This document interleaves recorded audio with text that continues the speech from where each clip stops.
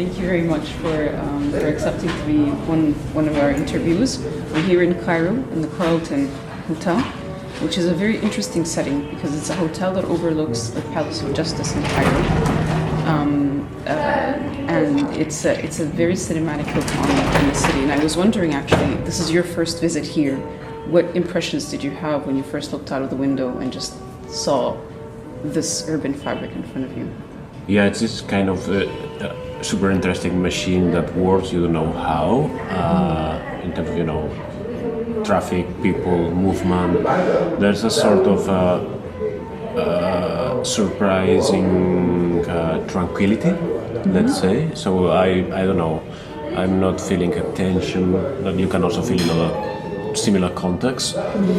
But it's, I think coming from the Nordics, it's always a pleasure also to be in places where life happens at street level, where the economy is happening, where everything is there, where life is extremely transparent.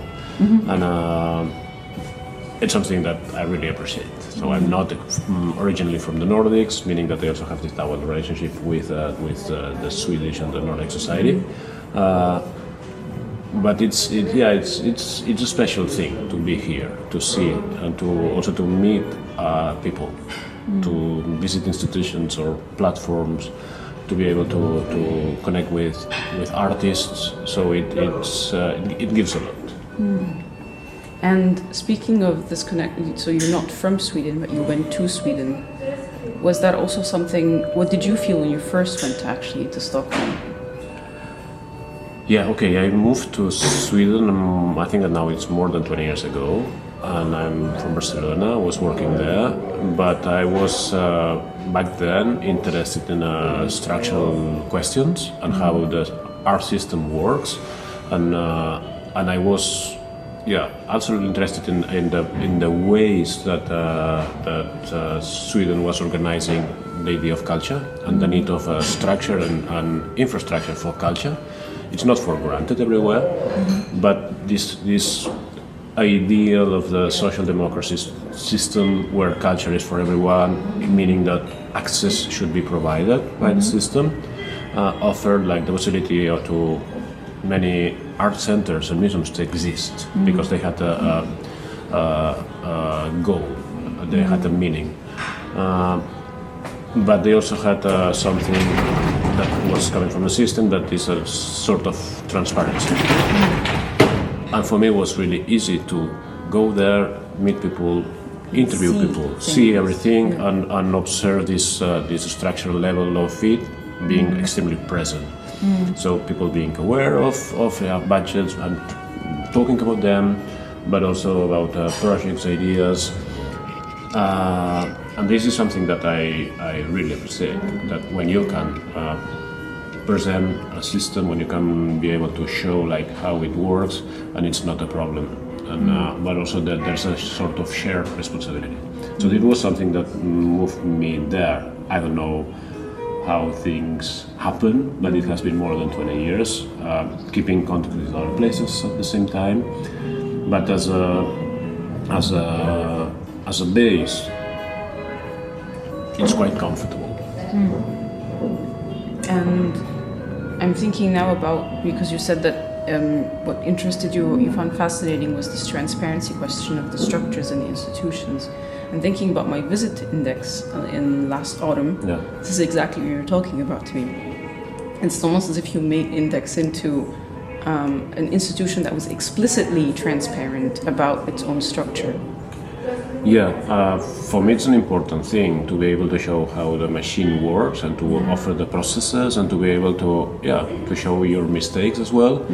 So it's true that with Index what we did is when I started being the director there, was to move the office space to the exhibition space, so we worked from the exhibition. I walked in and you were right in the middle. At one point I couldn't understand. Yes, and these misunderstandings for me are super interesting. You are not a visitor, you are something else. You are another type of person that's part of the machine as we walk in. And it's really easy to include you there. So it's, if we are in a meeting and a visitor comes, this person knows a lot, because we are not hiding this type of information. We can talk about the next exhibition or the next. We can talk about an economic problem. It's fine. It's like we are adults. We can handle this type of information. What happens then is that you have these two visits. You visit an exhibition, but you also visit an institution. And but it's true that for me it's connected with this idea of sharing the machinery, sharing the vocabulary, the grammar, the way things are. Because when you can read these things, then you can be more critical. I was just going to say, it's almost as if transparency is what inspires and holds and brings us to the responsibility of being critical in a way. Yeah, it's demanding for a visitor or for someone to get more information, because then you have to react to it, and you need to construct your own opinion of it. But I think it's important, and I think it's something that we must do more, like to be able to share all these processes and to understand that it's nothing to hide, the other way around. It's something that we can discuss, we can be in dialogue with many other people on how to work and why we do these things. And it's also about sharing knowledge and know-how, let's say. So it's as an institution, I think that Index in this case has a responsibility towards a context to propose a model. Not the model, but one possibility that can be applied in other contexts as well. But Index is a place where new generations are coming every generation. It has been there for decades, but it has a special connection with the first years of you as a person working with that. Meaning that, it's also a learning situation. So to offer this way of working, for me, it's important. Not because I want to see it replied everywhere. This is not the goal. This is not an imperial thinking. It's more like, otherwise it would be jeopardizing to the very idea of Index of being transparent. Yeah, and it's about let's talk about possibilities. Let's offer ways of working, so we can talk about that as well. What I like most about what you said is the fact that you're turning the audience members also into active participants. And with that, I wonder if you would align this question as a curatorial decision, or does it stand with the idea that Index is a space for experimentation? Where would you place it, or is it both? Maybe? I think it's both. On a curatorial level, it's important to understand what kind of proposal you are offering to the visitors, like if they are visitors or if they are part of a dialogue, if they are with you. We can talk about processes, but we need to be able to listen, or we need to be flexible when something happens, and this is difficult in big institutions, to be able to be flexible, to answer to the needs of the now, right? But for me, it's a curatorial idea to think on what kind of position is the one for this third part of this dialogue. Like you have the artist, you have the curator, and then you have another one that is interacting there. So what are the interpoints that you're offering? How to build a situation for a real dialogue, to offer something, and to be able to keep this conversation in process. So it's both. There's also this institutional responsibility on how to open it and what you offer. But I read it also as something curatorial. But I also really do believe that institutions, and in many other situations, we need this curatorial gaze. So we need curatorial gaze in editorial processes. We need a curatorial gaze in learning. Why not in politics? There are many options that could be extremely interesting. Like the exhibition is one of our formats, but the curator can be an agent for other. It can be navigating in many ways, and we work connecting moments and situations, thoughts and ideas, people and desires, and times. So, of course, this type of practice and methodologies can be applied in many situations, I think. I'm curious. I want to attach another sensory element to the curatorial gaze, because it's almost as if the curator is also a listener. He's not just someone who's looking, but he's someone who's listening in the sense that he's receiving a new input, be it from the institution, the visitor, other curators, the audience, the artists, everything, and then trying to allow us to see this as a process and not just as a fixed end, maybe not as a product that we present, but it's something that we're all part of. Yeah, and the listening part is extremely important during the process, and we assume it and we understand it and we embrace it, I think, as something that is extremely definitory for the curatorial practice. Like, we need to be aware of what's going on, we need to observe and get a lot of information, but also feel this information. What's interesting for me is then to think, okay, but what happens with our formats of presentation? Are they listening situations or not? So can we listen there? Is it someone to receive the voice of this visitor or not? So are we creating formats that are just a result of a process of listening, or are these formats also like a place for a continuous discussion or dialogue? And for me, it's also a way to think on what's the moment of the exhibition. If it's something that is close, if it's something that it's a possible future. It's not an easy thing to organize, like to be able to listen. As an individual, it's your responsibility, your decision. But as a machine, like, it's not that clear. So I don't know, if all the museums have ears to listen to people, or what kind of ears are the ones that are there. Is this the security system observing people, or is a curator? I guess this is where the element of transparency comes in, because if you take the transparency seriously, coupled with responsibility, then your listening is more humble listening. It's the listening that is seeks attunement rather than just filling in. Yeah, absolutely. Because if transparency is for me connected to this structural reading, so you can see the things, you can read the things. So meaning that you understand what you have in front of you or where you are in.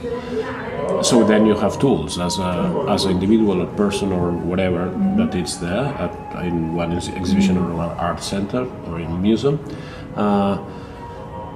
You have the tools. Then is to see if the machine is ready for you. If the machine can listen to your proposals, your thoughts, if it's important for the machine or not. For me, it's important as a curator. I really want to see like reactions. I want to talk with visitors. I want to know their opinion. They can like it or they can hate it, and there are many nuances there. But it's good for me also on an egoistic level. Like I want to see the results. I want to see it affecting someone. I was affected in that. Good, thank you. But it's good to see like this kind of thing. Like let's propose a system for this listening. And this listening, it's also somehow a way of building a society. It's like we are together. We can talk about it. Next step then. So we can work together as well.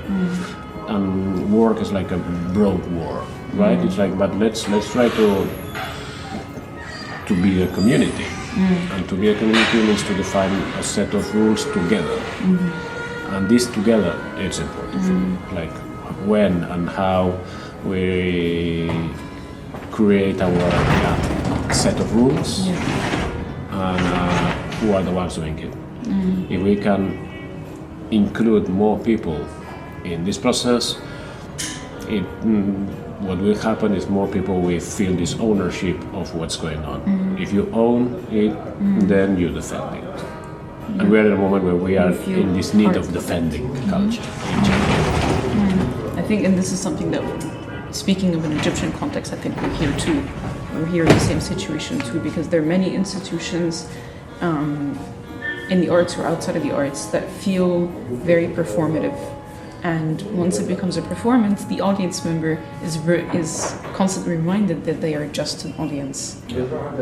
Whereas Index, because of this self-referential moment, because it knows that it is an institution that is performing the role of an institution, it doesn't try to hide it, allows us as audience members to actually tap into and become part of it. It's like that moment in a play when a play turns around itself, and tells you, I'm a play, I'm a performance.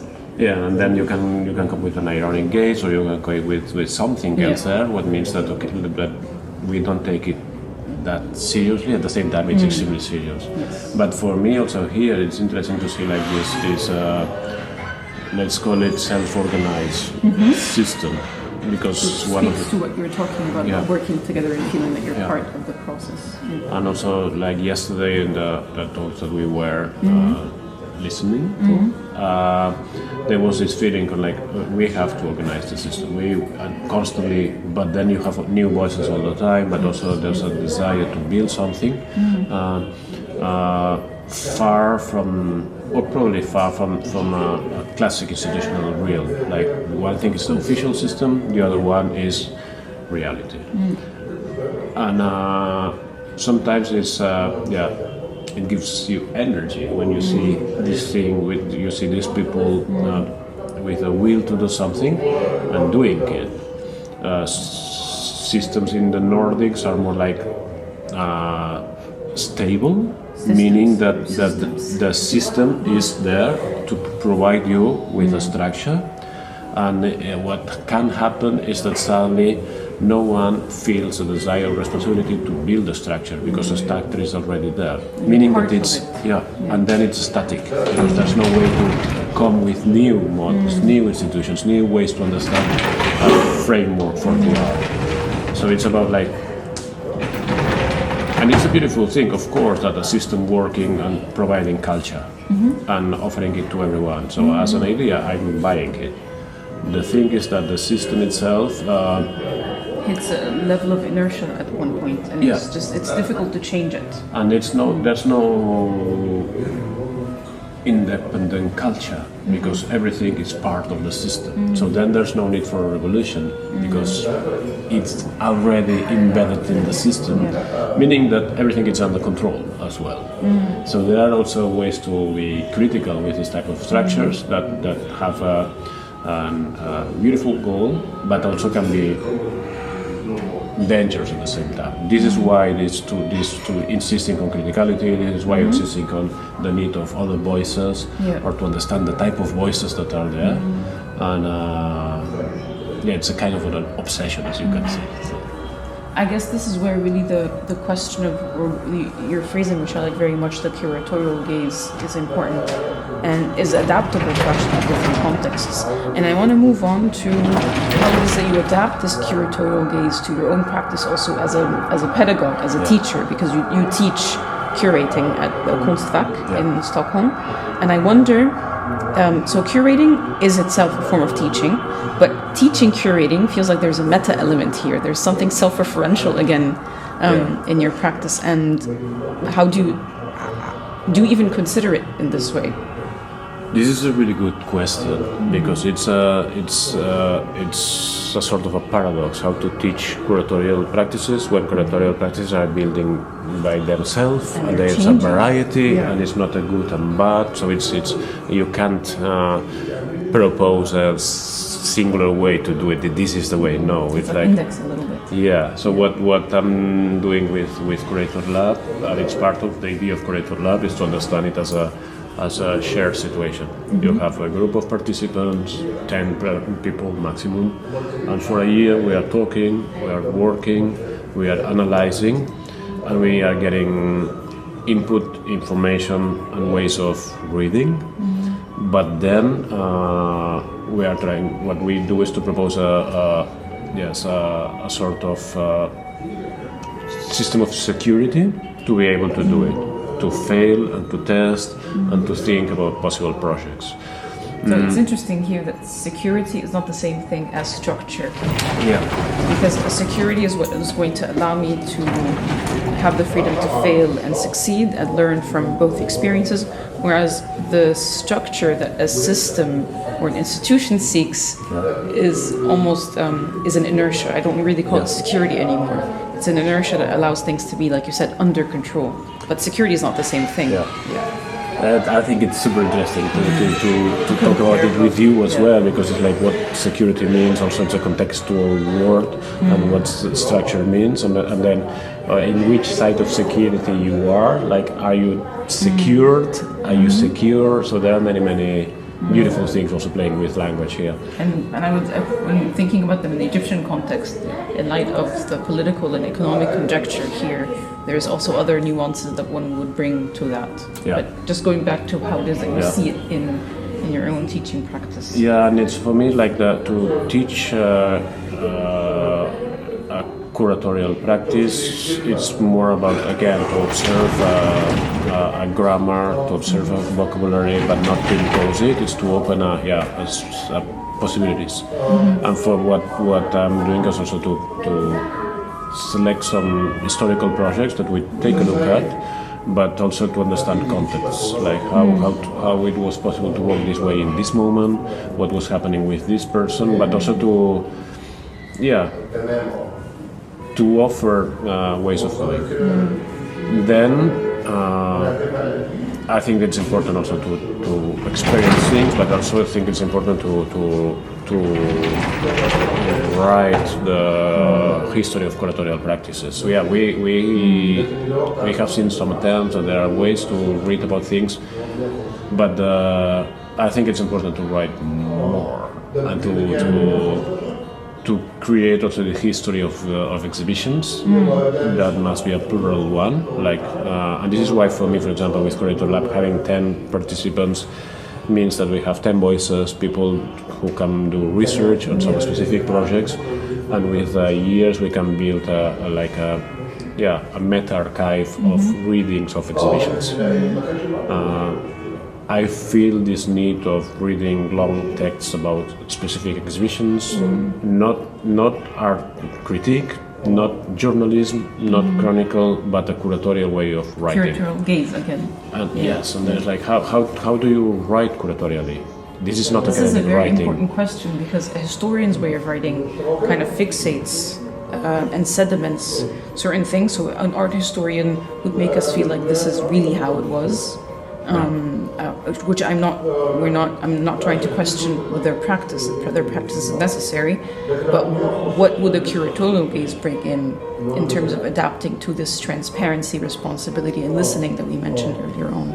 Yeah, and it's still a question for me, like how do you write as a curator? Because we write in many ways. And we decide suddenly to write with a fictional tone, we decide with some proximity, we decide to write historically, but there's a way to visit exhibitions from a curatorial gaze. As a curator, you visit exhibitions on a specific way, and you observe some details, but also you want to know about what's behind the scenes. So for me, it's important also to bring this behind the scenes in the front page. Which is what Index does again. We are people with ideas, simple ideas. I think it was Christian Boltanski that once said, like, for artists, like an artist does like 2 artworks at maximum, and then this artist repeats these 2 artworks forever. So more or less, I think that we have our own obsessions, and we try to answer to these impossible questions through different methods and places and ways to understand it. But I truly believe on this thing, on the curatorial gaze, and how we can still create a way of writing. That it's multiple, that it's not stable, that it's flexible, that needs of others there. So when you do an exhibition, you always need other people there, other content. It's not just about you. It's not about you. In fact, it's your gaze is there, but you also need these dialogues. So how can we write on this dialogical way, but also understanding that this is gonna be historical material. Like with Curator Lab, what we do is like to understand responsibility towards the future. Like you write about this exhibition that happened in 2014 in this small town in the Netherlands. Yes, but this text is gonna be like probably the longest one, but also the most curatorial gaze to this exhibition. Not from the curators that were doing this exhibition, but from you as a curator. And then how to take the responsibility, how to write about other people, how to be able to share this thing in a collection of texts. Also because I know I have this feeling now in present times that with the velocity, with the speed of the system, we have no time to write, either to read, but there are no platforms for longer texts. And it sounds boring probably, but we need them. We need these deeper researches, deeper types of observation, or we will lose a lot. And all these practices that have been happening before us, we will lose them if we don't observe them, or we don't think about these things. So it's not the same thing like to work for this type of experimental, geological, advanced, whatever type of exhibitions than organizing your flow at Instagram. This is not the same type of processes. So we need to be able to also to describe and write and do put in practices all type of ways of doing.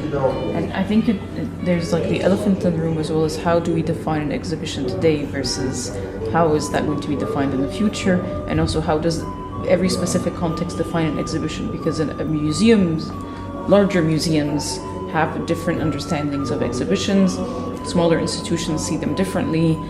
Self-organization also means that an exhibition is going to be experienced differently. So that in itself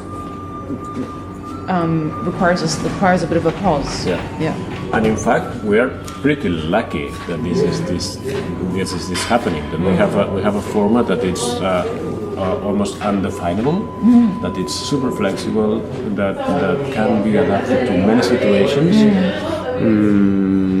It's also somehow as the curatorial practice, right? That it's like, what is this thing? No, really, it can be this thing, can be this thing, can be everything. But with exhibitions, we still have the possibility to change them. We still have the possibility to reformulate them, meaning that this is probably why it is something more difficult for, let's call a general audience, because we don't offer a closed product that you know how to read. Like I don't have the keys to read an exhibition beforehand, so I need to experience it and then I can. But there's still some things that would be common to all of the settings that we mentioned. Is at least a title, and a few labels every now and then, or at least the title of something that allows us to recognize this as the context in which we can experience, say, this bottle of water, differently than if I were to see it at the supermarket. I'm super happy that you say this thing at this very moment, because at Index right now we have an exhibition that is exactly this thing. It's a college museum, and it was a question on what are the voices defining this? What you were saying, like what's the title, what are the labels, and it's like labels. We take them from as objective information. They are not. So we have artists that have called themselves museums. We have labels from a selection of institutions, so labels coming from MoMA, from Reina Sofia, from Macbeth, from Moderna Musette, from Chiasma, just to see these things, to read these things outside the context. Like when you have a label talking about a work by Picasso, but Picasso is not there, suddenly you are reading the text and you understand that, this label from Reina Sofia has the title in 3 languages, but the information just in Spanish. So they are talking to a Spanish audience, meaning that, what happens with all the international visitors that are there? They are not in focus. And suddenly you start reading on ways of defining the institution and how the institution defines its audiences. It defines knowledge. And knowledge, of course, and what's important in this DNA of the institution. What's the important thing here? Is the important thing like the materials? Is the important thing like the year of when this object was bought? Is the important thing like the number in the collection or the donors? Like there's a lot of information there that we usually don't see because the goal is to be invisible. Like you see the artwork, this extra the opposite of transparency. At the same time it's there. So like then it's how to train our gaze and how to be critical with the idea itself as an institution. At the same time that I really love museums, I really love to be there. It's one of the things that I do most, like to go to visit exhibitions, to see more, and to try to feel and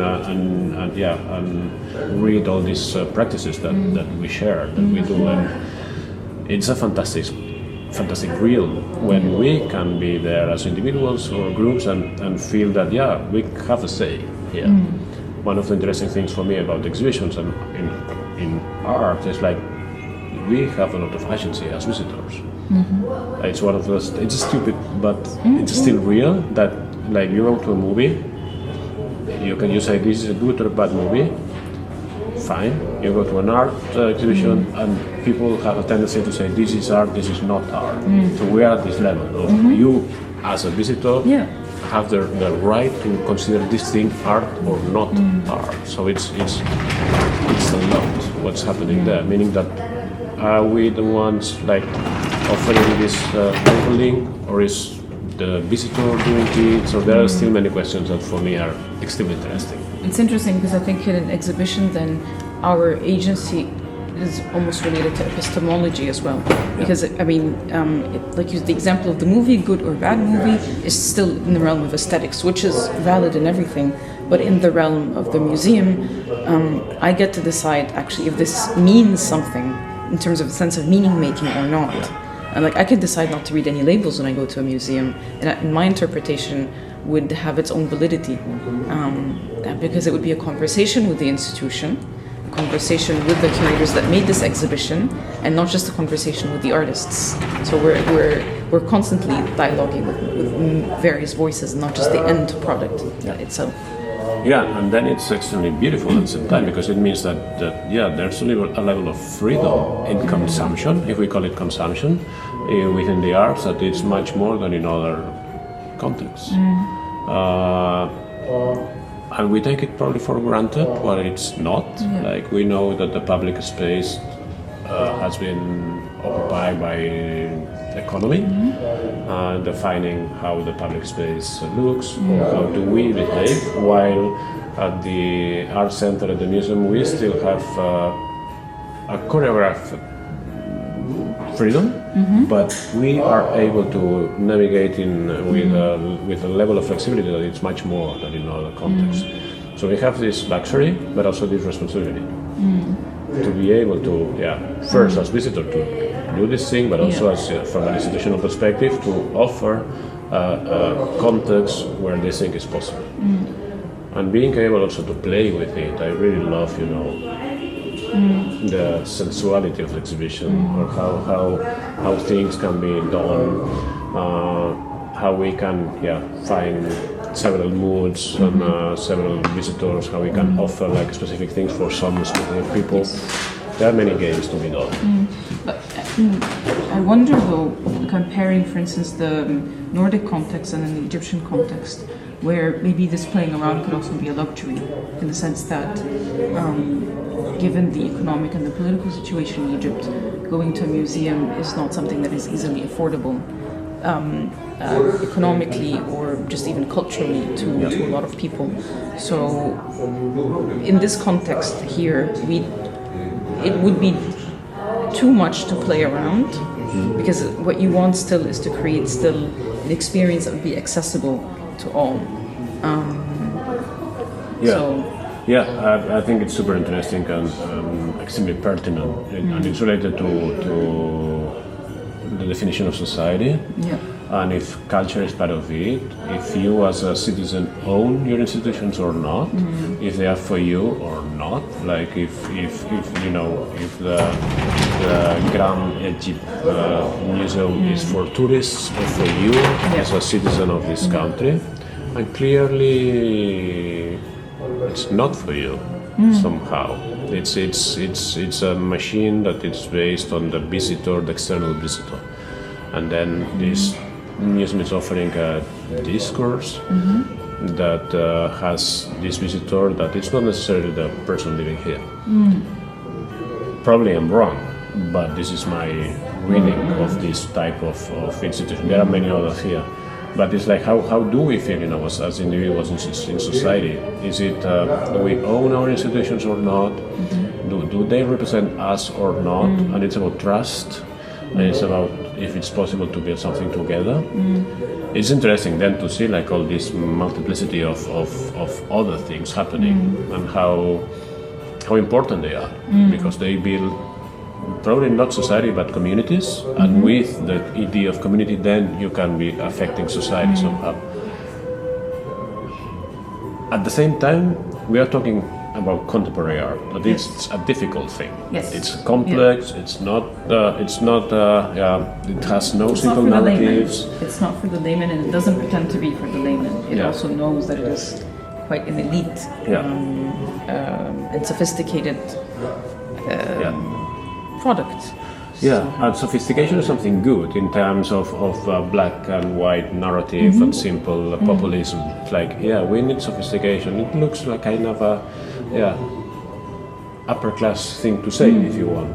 I'm not sure about it, but I think that we need nuances. We need. It depends on the society, because I think in Egypt, contemporary art is still seen as something that is more on the elite side, still not accessible.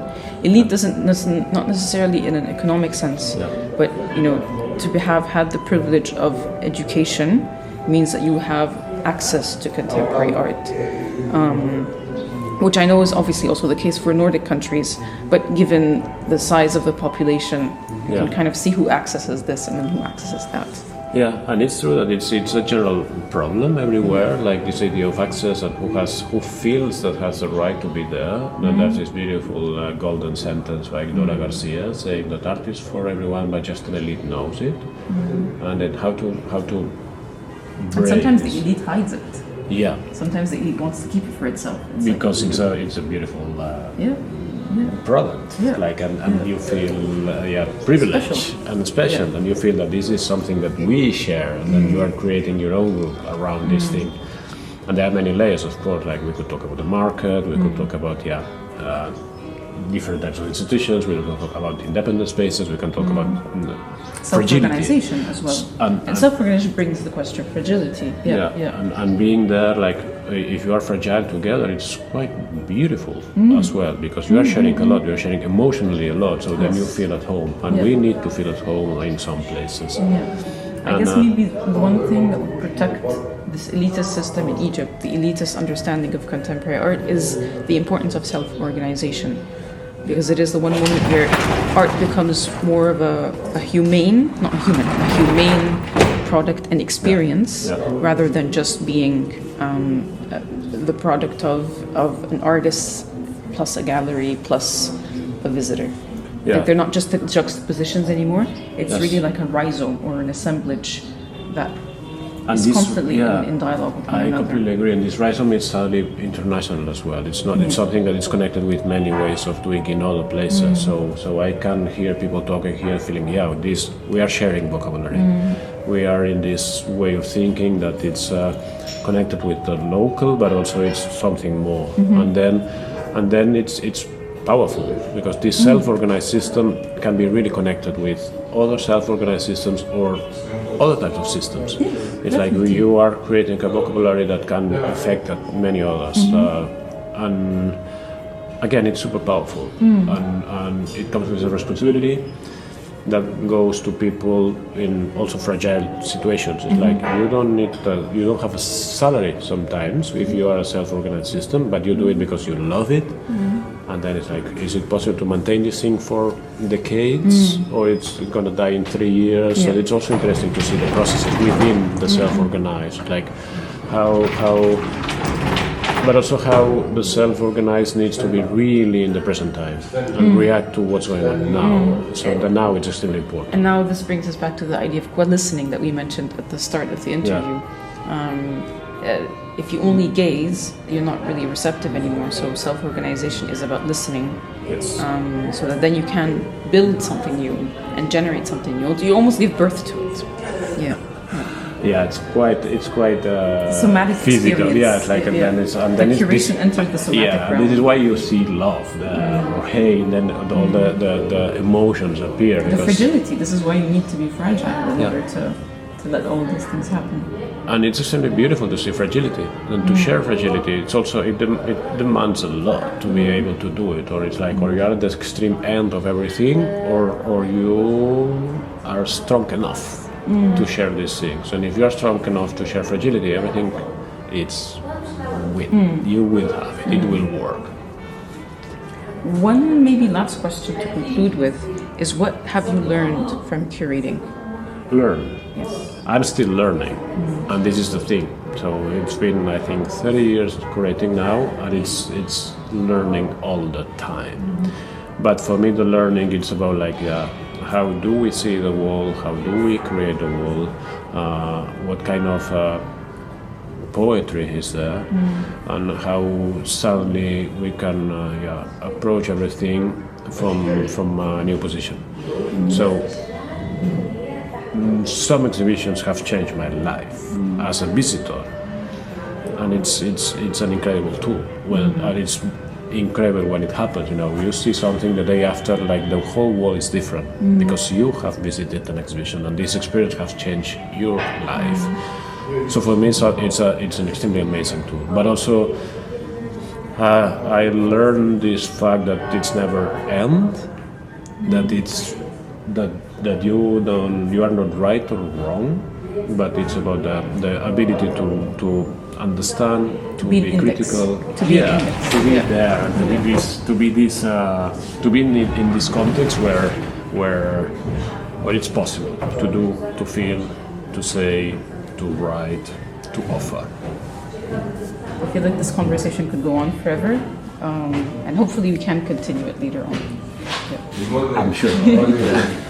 Thank you so much. Thank you so much. Thank you.